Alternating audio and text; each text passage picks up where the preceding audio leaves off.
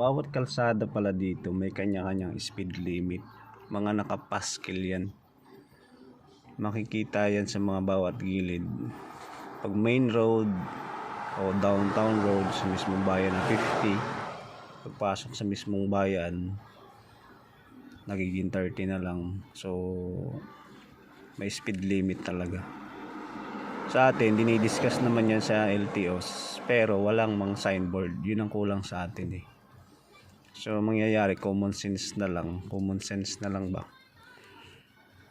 na mag-adjust ka. Siyempre mataong lugar na yun, lalo pag school, slow down yan para iwas aksidente. Pero halos lahat na nagte-trending videos, accident, ganyan.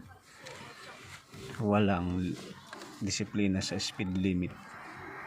So yun ang kulang sa atin, yung signboard about speed limit. Napakahalaga po nun.